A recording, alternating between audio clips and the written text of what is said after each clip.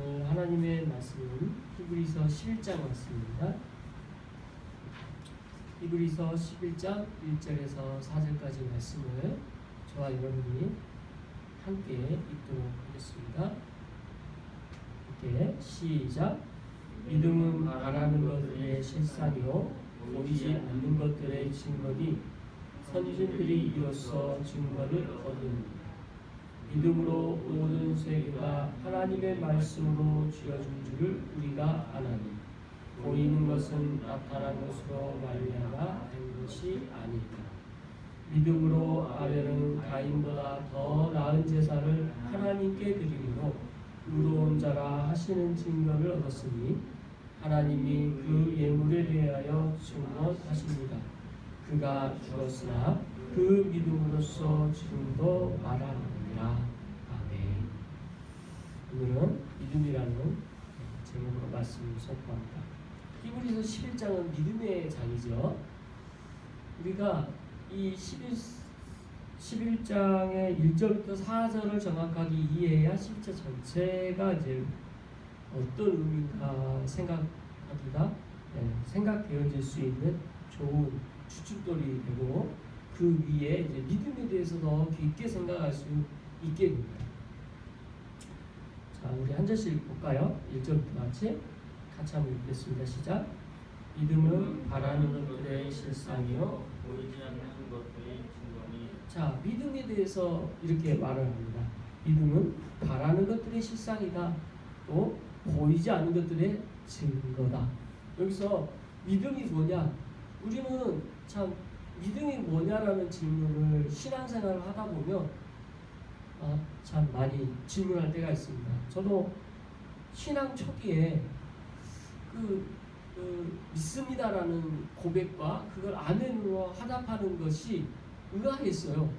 뭘 믿는다는 거지? 믿습니까? 네, 믿습니다. 뭘 믿는다는 거지? 주체가 없으니까 그 믿는다라는 주체가 뭔지에 대해서 굉장히 궁금했고 맹신적인 믿음처럼 보일 수 있어서 그게 너무 싫었거든요. 근데 성경 공부를 하고 하나님의 말씀을 쭉 보다 보니까 오늘 여기서 나오는 믿음의 단어에 대해서 이제는 정리가 되는 거예요. 믿음이 뭐지? 가장 핵심적으로 이 히브리서에서 말하고자 하는 믿음은 뭘까요? 이 히브리서는 특성상 어떤 특성을 갖고 있어요? 유대인들에게 지금 믿음에 대해서 말하고자 하는 거잖아요. 아마 유대인들이라면 구약 성경 믿는 건 다 믿을 거예요. 그러니까 그거를 유대인들에게 말할 필요는 없는 거겠죠. 그럼 이들이 지금 갈등하고 힘들어하는 게 뭡니까? 바로 예수님을 믿는 거잖아요. 예수님을 어떻게 믿는 거예요? 한 명의 선지자로 믿는 게 아니에요. 유대교는 한 명의 선지자로 믿거든요. 그리고 예수님 또한 하나님의 말씀을 증거한 사람으로 믿어요. 그런데 그게 다인 거죠. 우리는 그게 아니라는 이야기를 하고 싶은 거고, 바로 여기서의 믿음은 그러면 예수님을 어떤 분으로 믿느냐에 대한 답이 되는 거죠.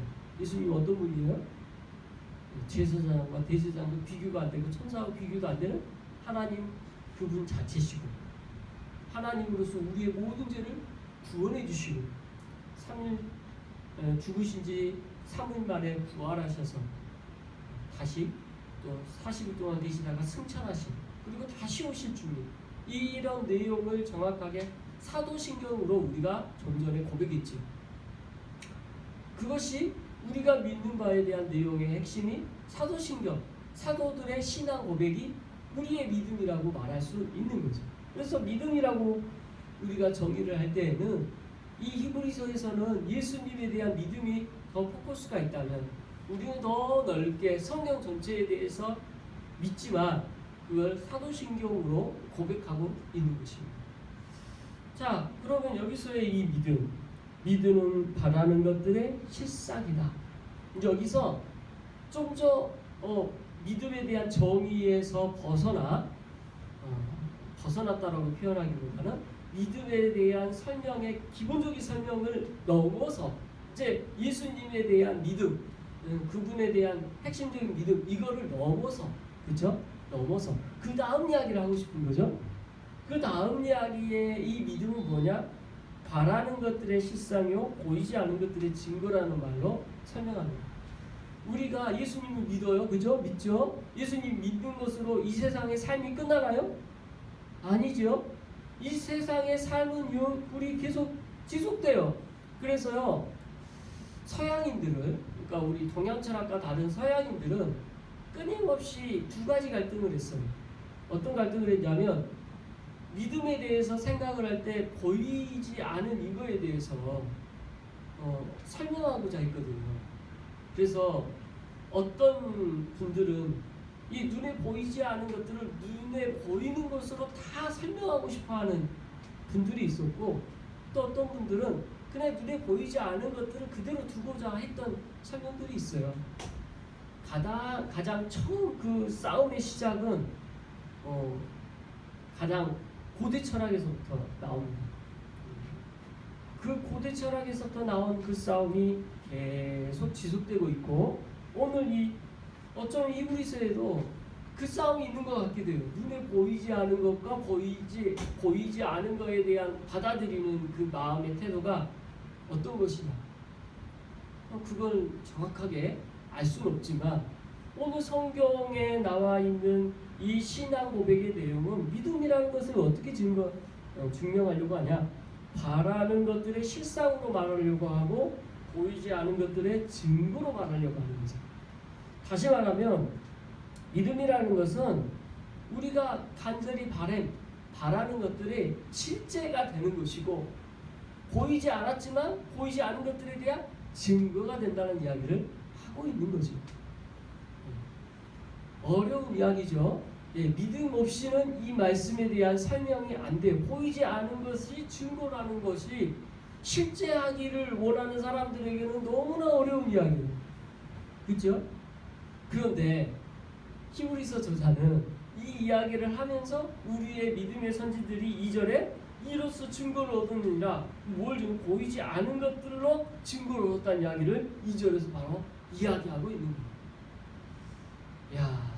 그러니까 지금 소름 돋는 이야기를 하고 싶어 하는 거예요. 그러니까 앞에서 우리가 믿음이라는 1차적 정의라고 하면 유대인들을 향해서 예수님을 믿는 거라고 아주 간략하게 요약을 할 수 있겠지만, 그럼 그것이 어쨌다는 거야?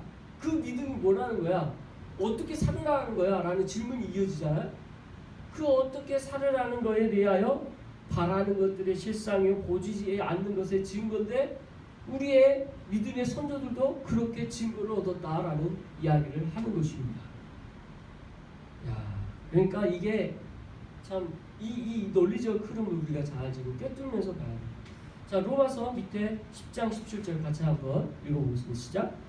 그러므로 믿음은 들음에서 나며 들음은 그리스도의 말씀으로 말미암아. 그래서 믿음이 뭐냐? 여기에 대하여 우리가 중간 다리 역할을 하는 것이 들음이라는 말을 하고, 이 들음을 더 구체적으로 뭐라고 설명해요? 그리스도의 말씀으로 말미암은 것이다. 그러니까 성경 말씀, 하나님의 말씀을 우리가 들음으로 말미암아 믿음이 생긴다는 거예요. 제가 믿음이라는 이 과정과 연결되어 있는 이 설명이 참 놀라운 것이, 믿음은 그냥 단순한 게 아니라 말씀을 통해 깨닫고 알게 한다라는 것이 로마서 10장에서는 설명하고자 하는 내용이고, 오늘 이 예배당에서 말씀의 선포를 통해, 이 선포를 통하여 하나님께서 말씀하시고 하나님께서 하시는 이 선포의 과정 또한 들음인 거죠. 그죠? 그 들음을 통해 우리는 믿음이 생기게 된다는 거예요. 그래서 믿음이라는 것을 잘 설명하는 게 복합적으로 다 설명할 것들이 너무 많지만, 오늘 히브리서 11장은 특별히 어디에 주안점을 두고 있냐? 믿음의 증거에 대해서 말하고자 하고 있고, 그걸 선진을 통해서 설명하고자 합니다. 그러니까 선진이라는 것은 믿음의 조상을 통해서 말하고자 한다는 거죠. 이어서 히브리서 4장 12절 그 밑에 말씀 있죠? 같이 읽어봅니다. 시작. 하나님의 말씀은 살아있고 활력이 있어 자외의 날쌘 어떤 것보다도 예리하여 혼과 영과 및 관절과 골수를 찔러 쪼개기까지 하며 또 마음의 생각과 뜻을 판단한다. 하나님의 말씀의 능력은 어디에 있느냐? 우리가 말씀을 들음으로 하나님의 말씀을 들음으로 믿음이 생긴다고 했죠. 이 믿음이 생겼다라는 것이 어떤 식으로 말씀이 영향력을 행사하는가? 하나님의 말씀은 우리의 마음의 판에 새겨져서 어떻게 나타나느냐? 이 하나님의 말씀은 활력 있고 살아 있어서 좌우의 어떤 낯선 것보다 예리해서 우리魂과 영과 관절과 골수를 찔러 쪼개기까지 우리의 말씀의 판에 팍 새겨져서 우리의 몸 안에 새겨진다라는 이야기를 하고 있어요. 그리고 그 말씀은 마음의 생각과 뜻도 판단한다라고 설명합니다. 그러니까 이게 하나님의 말씀이 우리 안에 미쳐질 영향력, 이 말씀을 통해 우리는 어떤 영향력 아래서 사는지를 설명하는 건데, 그 영향력은 어느 정도예요? 네, 우리의 전체, 우리의 몸 전체에 영향력을 미치고 하나님의 말씀 앞에 우리는 순종할 수밖에 없는 것으로 별로 내려지는 거죠. 그래서 하나님의 말씀 앞에, 그 말씀 앞에 살아가는 거예요, 우리는. 자, 그러면 믿음을 가졌던 우리 믿음의 선진들이 그 믿음이라는 단어의 증거로 어떤 삶을 살았느냐라는 말을 하고 싶은 건데, 그 설명 이전에 3절은 이렇게 나와요. 같이 읽어봅니다. 시작.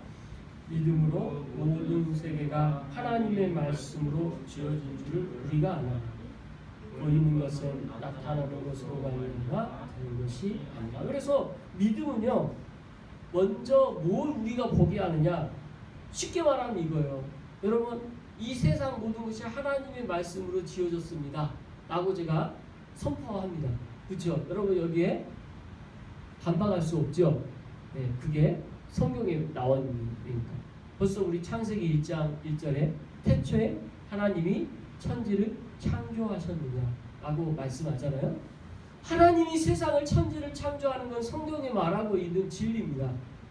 그 말씀으로 선포하여 만들어졌죠. 여러분 다 이거 믿지요? 자, 그러면 이걸 믿는다고 했을 때 이것을 우리가 하나님의 말씀으로 모든 세계가 지어진 걸 보고 믿는 겁니까? 보고 믿는 게 아니잖아요. 엄밀히 따지면 우리는 전혀 보지 않고 믿고 있는 거예요. 창세기의 말씀을, 하나님이 세상을, 모든 천지 만물을 만드셨다라는 이 말씀의 선포 앞에 우리는 믿는 거예요. 그게 믿음이라는 거예요. 자, 3절은 믿음으로 모든 세계가 그렇게 만들어졌다는 것을 우리가 아는데, 이게 우리가 봐서 믿는 거냐? 아니라는 거죠. 그래서 보이는 것으로, 나타나는 것으로 된 것이 아니면 믿음이 아니라는 것을 설명하고 있습니다.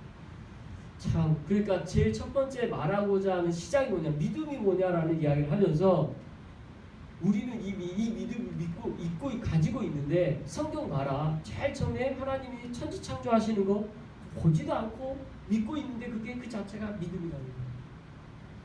그래서 보지 않아도 믿는 믿음에 대하여 이제 열거를 하겠죠. 그 다음에 이제 선진들, 우리 믿음의 선진들 한 사람이 나옵니다. 자, 4절 같이 읽겠습니다. 시작. 믿음으로 아벨은 가인보다 더 나은 제사를 하나님께 드림으로 의로운 자라 하시는 증거를 얻었으니 하나님이 그 예물에 대하여 증언하십니다. 그가 죽었으나 그 믿음으로써 지금도 말합니다. 그래서 4절에서 믿음으로 아벨은 이렇게 시작을 하죠. 여러분, 아벨이 누군지 알죠? 아벨은 아담의 바로 두 번째 아들이죠. 첫 번째 아들은 그 다음에 나오는 가인이죠. 그리고 가인과 아벨이 둘 다 하나님께 첫 번째 예물을 드리죠. 제사를 드리죠. 자, 그 제사를 드려서 첫 번째 그 제사에 대해서 창세기 4장 4절 제가 주관에 썼죠. 그 아벨이 드린 제사에 대해서 하나님께 어떻게 하셨습니까? 4장 4절 읽습니다. 아벨은 자기도 양의 첫 새끼와 그 기름으로 드렸더니 여호와께서 아벨과 그 제물을 받으셨으나, 이렇게 나왔어요. 그러니까 지금 아벨의 제사를 하나님께서는 받으셨어요. 그 제사를 받았어요. 그런데 그 다음에 나오는 가인의 제사, 이 가인의 제사는 어때요? 받지 않으셨죠. 그 받지 않은 내용이 너무 이제 기니까 그걸 다 여기에 주보에 넣지 않았습니다만, 받지 않으셨어요. 아벨의 제사는 받았고 가인의 제사는 받지 않았다. 거기에 뭐 함축되어져 있는 여러 가지 하나님의 의도와 또 계획 안에서 무엇을 말하고자 하는지 다 알 수는 없지만 한 가지 분명한 것은 마음의 중심의 태도가 달랐다는 걸 알 수가 있어요. 성경의 기록에 의해. 아벨은 전심으로 하나님께 제사를 드렸고 가인은 그렇지 않았다는 거예요. 그래서 가인의 제사는 받지 않으셨고 아벨의 제사는 받았다는 거죠. 그래서 아벨의 제사를 받은 것에 대해서 4절에 히브리서 11장 4절에서는 더 나은 제사를 하나님께 드림으로 의로운 자라 하시는 증거를 얻었다라고 아주 함축적으로 설명하죠. 그러니까 다른 게 아니에요. 아벨은 하나님께 믿음으로 드렸다 이거예요.